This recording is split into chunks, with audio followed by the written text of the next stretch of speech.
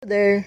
I'm the animated version of Kenneth Ray, and I'm going to tell you a story about my journey throughout the contemporary subject and how I learned about being a globalized citizen.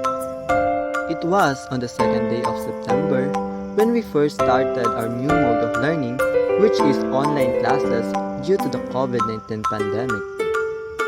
But it was later during on the third week of the same month that we got a text from one familiar teacher about our JEC 103 subject and told us that she just received our class.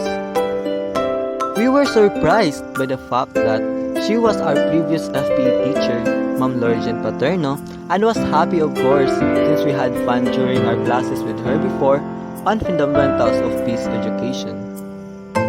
On September 18, she created a Google Classroom for us as a refuge since Molly has not yet provided us a classroom. It was on 21st of September at 8:30 o'clock in the morning when we first met our beautiful teacher through the new mode of learning, which is virtual through Google Classroom or Google Meet. During the first meeting, we are given a task to introduce ourselves using 5 items that we always carry everywhere and where it came from. The said activity enabled us to better understand the concept of globalization and how the world impacts our daily life.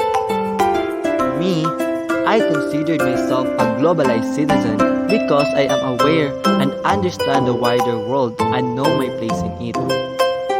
Take an active role in the betterment of the community, such as maintaining social distancing and raising awareness to my peers during this time of COVID-19 pandemic.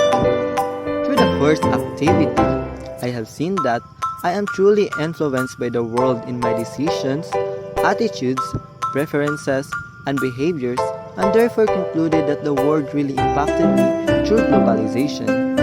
Our next online class happened on September 21, and the next activity was given to us on September 22.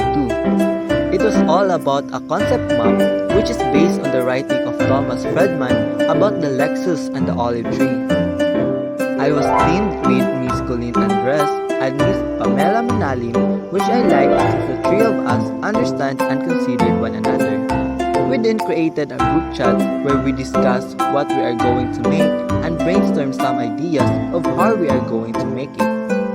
And at last, we come up to a conclusion to do a concept map which portrays the Filipino language as the olive tree and English language as the Lexus in the context of the medium of instruction in schools.